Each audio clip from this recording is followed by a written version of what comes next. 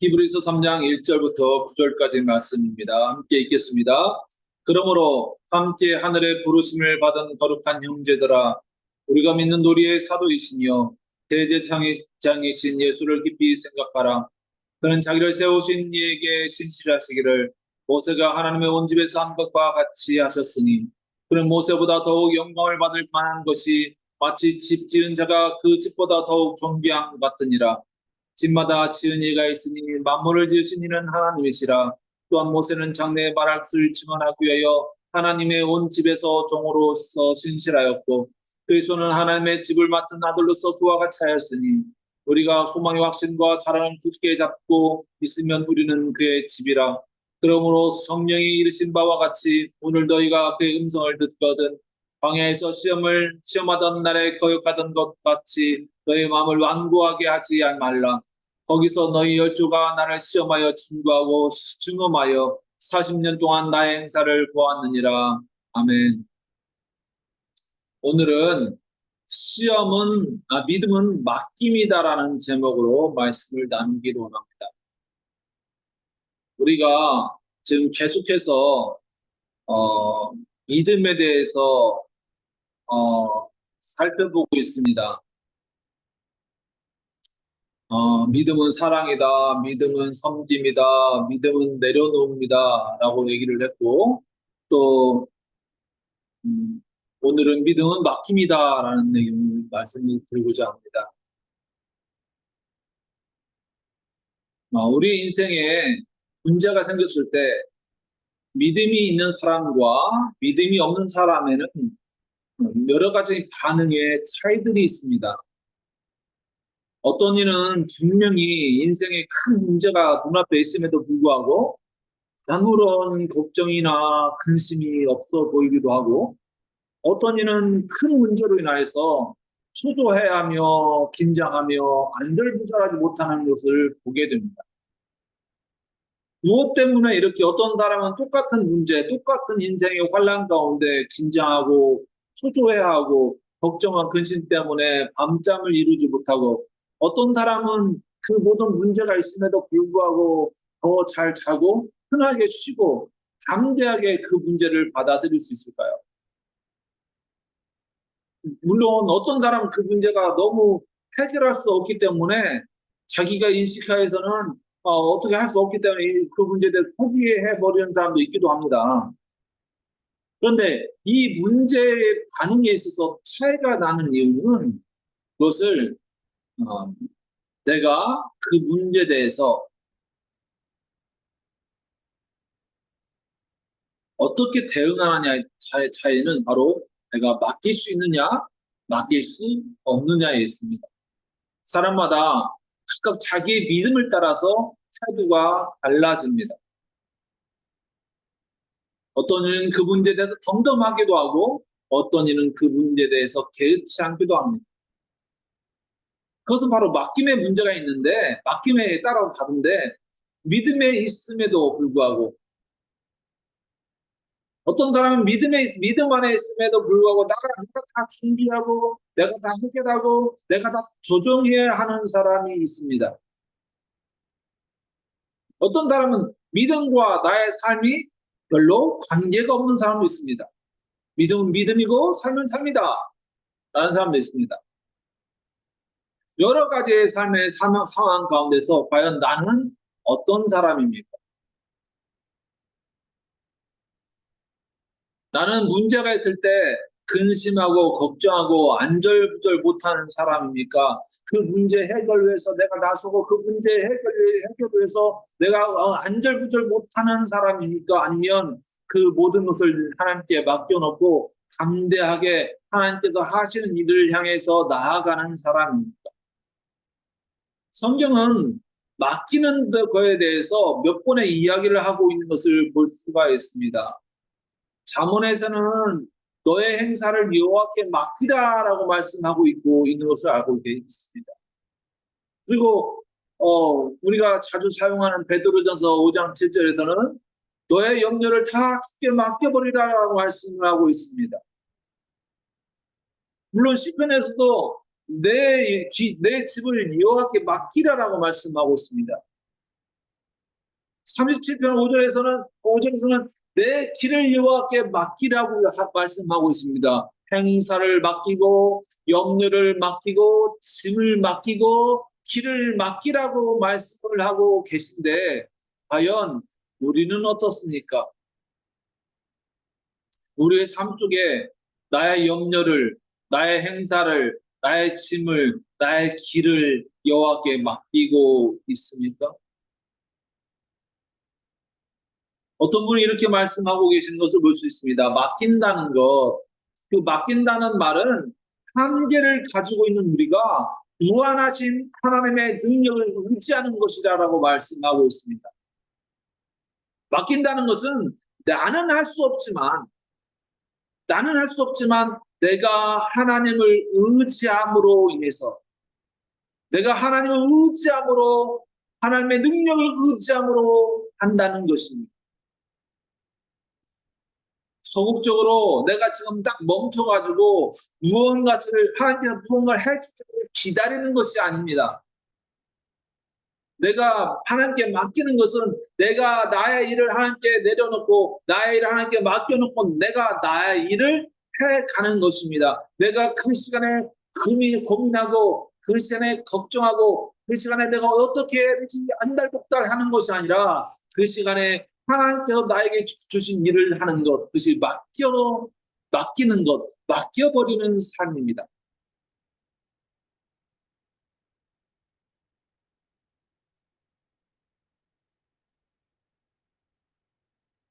삶을 인도하시는 하나님, 내 삶을 인도하시는 하나님을 똑바로 인식하고 바로 인식하고 그에게 나의 인생을 맡겨놓는 것입니다. 하나님께서 나의 인생을 책임져 주실 것이라는 확신과 그 믿음으로 하나님을 바라보는 것이죠. 물론 이 현대를 살아가는 우리에게는 하나님께 맡겨버리는 삶 점점 어려워지고 있을 겁니다. 어찌 보면 어떤 사람들은 맡길 필요가 없는 사람도 있습니다. 인생의 노년을 위해서 이미 다 준비되어 있을 경우도 있습니다. 양도보험, 부득보험 다 준비되어 있지만 그런 일이 준비되지 않은 사람이 할 수 있는 건 무엇입니까? 내가 앞으로 어떻게 살아갈까 고민하고 걱정하며 밤을 새운다고 나의 미래가 바뀔까요? 준비되어있지 않은 것이 준비되어질까요?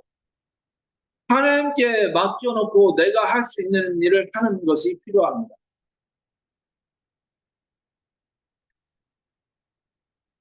맡길 필요가 없는 사람들은 맡길 필요가 없지만 우리들은 우리의 인생을, 우리의 미래를 하나님께 맡겨 놓아야 합니다.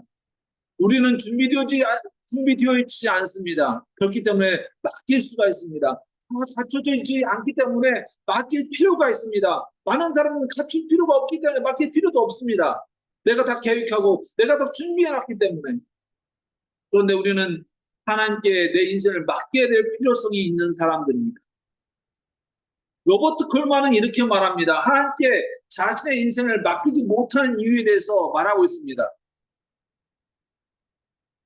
자신의 경험을 들어서 얘기하고 있는데 자기에게 아들들이 있다고 합니다. 아들들을 직장이 끝나고 집에 도착하면 아들들이 반갑게 맞이해 준다고 합니다. 그래서 아들과 놀아주고 아들과 함께 해준다고 합니다. 그리고 일이 있어서 출장을 며칠 나갔다 오게 되면 아이들이 쪼르르 달려와서 품에 안긴다고 합니다. 그러면서 아빠 없을 때 너무 심심해서 아빠 오면 내가 아빠가 원하는 걸 다 해줄게 라고 얘기한다고 합니다.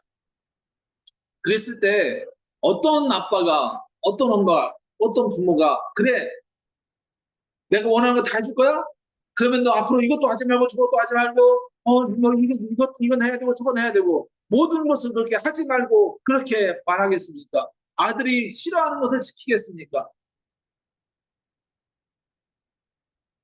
아들이 기뻐하는 것.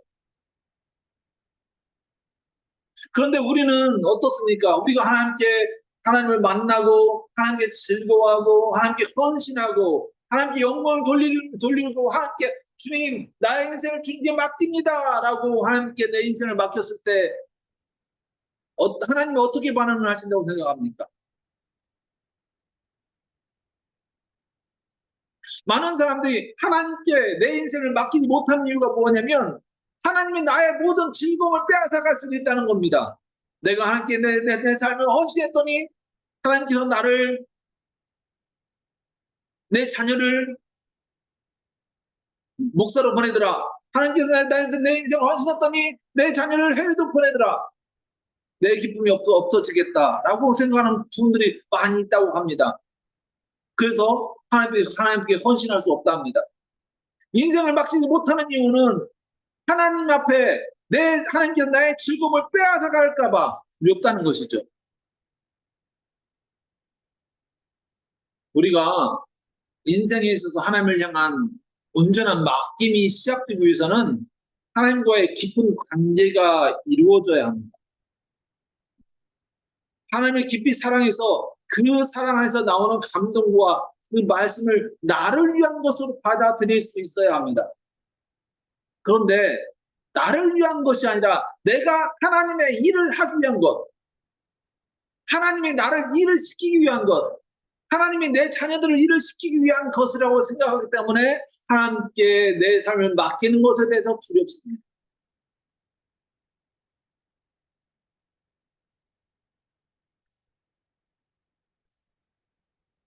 하나님을 깊이 사랑하고 하나님 안에서 나오는 감동과 말씀이 나를 위한 것, 나를 위한 것으로 받아들일 수 있을 때 하나님이 너의 인생을 맡기라, 너의 삶을 맡기라, 너의 집을 맡기라, 너의 염려를 맡기라, 너의 길을 맡기라, 너의 행사를 맡기라고 말씀하셨을 때 주님 그렇습니다, 내가 맡기겠습니다라고 말할 수 있는 것입니다.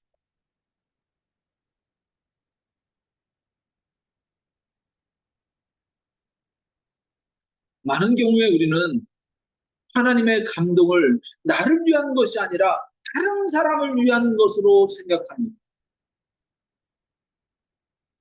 그러나 우리는 잃어버리지 말아야 합니다. 하나님이 왜 우리에게 감동을 주시느냐? 바로 나를 위한 감동입니다. 하나님께 감동하실 때 내 인생을 함께 맡겨드립니다. 그러면 하나님께서 내 삶을 인도해 주십니다. 맡기는 것은 상대에 대한 무한한 신뢰와 자신을 비우는 것이 없으면 불가능합니다. 하나님을 향한 신뢰와 나 자신을 비우고 하나님께 겸손하게 나아갈 수 있을 때 비로소 하나님께 맡길 수가 있게 되어지는 것입니다. 하나님께서, 예수님께서 자신의 영혼을 아버지의 손에 맡기는 것 같이 온전한 맡김이 일어나는 것입니다. 그 예수께서 십자가에 오르실 때 어떻습니까? 내 영혼을 주께 맡깁니다 말씀하지 않습니까? 그런 것 같이 생명을, 나의 삶을 맡길 수 있는 것, 우리의 삶에 하나님에 대한 신뢰와 믿음이 없으면 결단코 맡길 수가 없게 되어지는 것입니다. 우리의 삶 속에 우리가 무엇을 하나님께 맡기며 살아가고 있습니까? 우리가 하나님께 나의 삶을 맡기면 하나님께서 우리의 삶을 돌보실 것입니다. 우리의 삶을 주께 맡기면 주님께서 우리의 삶을 인도해 주실 것입니다. 우리가 노후를 준비하지 못하고 있지만, 우리가 자녀들을 위해서 노후를 준비하지 못한 시대가 된 시대이기도 하지만, 우리가 두려움과 걱정 때문에 나를 위해서, 내 인생의 삶을 위해서 준비하는 것이 아니라 내 인생을 드리고 맡기고 하나님의 인도하심을 바라볼 때 하나님이 우리의 삶을 인도하십니다. 믿음은 맡기는 것입니다. 나의 삶을 맡기는 것입니다. 나의 인생을 맡기는 것입니다.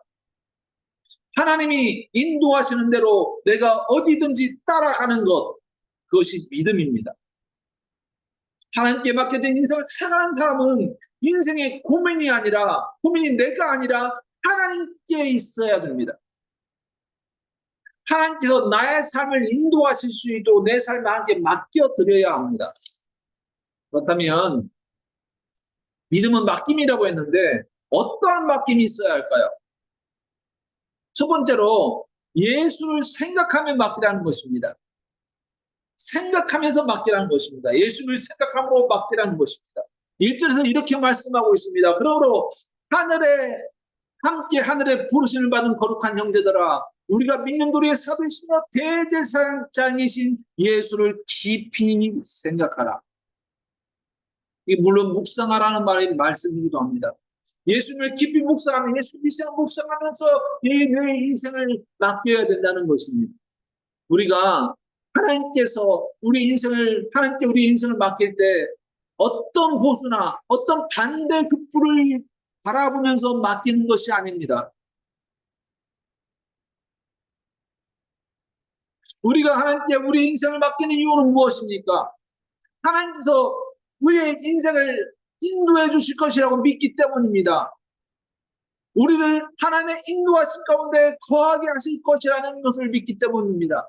우리의 필요를 채워주실 수 있다고 믿기 때문입니다. 지금까지 하나님께서 우리의 삶을 채워주셨고 지금까지 우리의 삶을 지키셨듯이 앞으로 또한 지키실 것이라고 믿기 때문입니다. 그런 기쁜 생각, 우리의 삶의 다른 부분이 아닌 예수님을 생각하는 부분으로 맡겨져야 한다는 것입니다. 예수님 안에서 예수를 중심으로 맡길 수 있을 때 내 생각이 온전히 예수님께 맡겨지게 되어지는 것입니다. 두 번째로 우리를 신실함으로 내 삶을 맡겨야 합니다. 2절과 5절은 이렇게 말씀하고 있음을 볼 수 있습니다. 그는 자기를 세우신 이에게 신실하시기를 이렇게 말씀하고 계시고 또 5절에 또한 이렇게 말씀하고 있습니다. 또한 모세는 장래에 말할 것을 증언하기 위하여 하나님의 온 집에서 종으로서 신실하였고 또 7절에 계속해서 이렇게 말씀하고 있습니다. 그리스도는 하나님의 집을 맡은 아들로서 그와 같이 하였으니 모세의 신실하심과 같이 예수님도 신실하였다고 말씀하고 있습니다. 마찬가지로 우리가 하나님께 나의 삶을 주님께 맡길 때는 그 모세와 같이 아브라함과 같이 신실함으로 함께 나의 삶을 맡겨야 된다는 것입니다. 오늘 본문에 나타난 예수의 성품, 그 바로 신실하심입니다. 예수님의 신실하심을 따라 그 신실함으로 하나님께 나의 인생을 맡기는 것이 필요합니다. 인생이 괴롭고 힘들고 어려울 때 안절부절하지 못하는 것이 아니라 하나님께 내 인생을 맡기고도 내가 어렵고 힘들고 괴로운 일이 발생하면 다시 안절부절하는 것이 아니라 신실하게 믿음을 가지고 변치 않는 드림, 변치 않는 맡김이 있어야 합니다. 오늘 맡겼다가 아침에 주님께 내 인생을 주님께 맡기고 저녁에 와서 다시 들고 와서 고민하는 것이 아니라 아침에 맡겼으면 저녁에 통에 맡기고 감사함으로 내려놓고 기도하라는 것입니다. 그리고 세 번째로는 확신을 가지고 맡기라는 것입니다. 6절에서 이렇게 말씀하고 있습니다. 그리스도는 하나님의 집을 맡은 아들로서 그와 같이 하셨으니 우리가 소망의 확신과 사랑을 끝까지 굳게 잡고 있으면 우리는 그의 집이다라고 말씀하고 있습니다. 하나님께 나의 삶과 나의 인생을 맡길 때 우리는 확신을 가지고 있어야 합니다. 우리가 소망의 확신과 사랑을 끝까지 잡고 있으면 우리는 그의 집이라고 말씀하신 것 같이 우리가 확신을 가지고 있으면 되는 것입니다. 내가 앞으로 어떻게 될지 모른다고 말하는 그 핑계는 계속 우리의 삶의 혼란을 부추깁니다. 확신을 가지고 맡겨 놓아야 합니다. 한번 맡겨놓은 내 마음, 한번 맡겨놓은 나의 헌신을 다시금 돌아오지 않게 해야 합니다. 지금 한국이 혼란스러운 이유가 무엇입니까? 한번 국방부 장관이 사인을 했습니다. 맡겨놨습니다. 이미 네가 하는 당신 하는 그대로 내가 허락하겠습니다. 맡겨놨습니다. 그런데 어떻습니까? 그 다음날 다시 생각해보면 아닙니다. 다시 맡겨놓은 걸 가지고 온 거 아닙니까?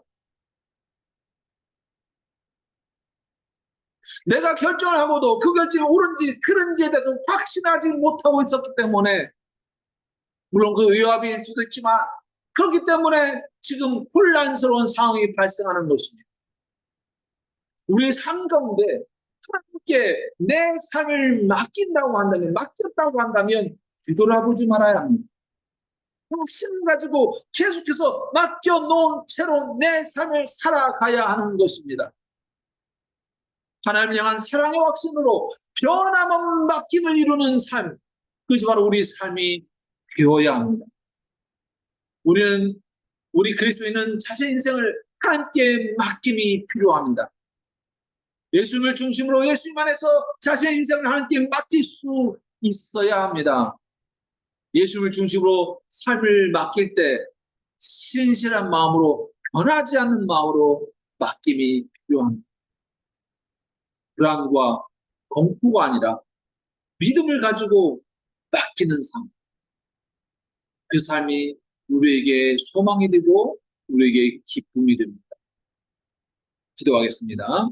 사랑하는 하나님 감사합니다. 우리 가운데 믿음이 곧 맡김이라는 것을 돌아보게 하심을 감사드립니다. 우리가 아버지 하나님 믿음을 가지고 나의 삶을 온전히 주님께 맡겨놓고 삶을 살아갈 수 있도록 도와주시옵소서. 우리의 믿음을 새롭게 해주시고 우리의 믿음 가운데 함께하여 주시옵소서. 예수님의 이름으로 기도합니다.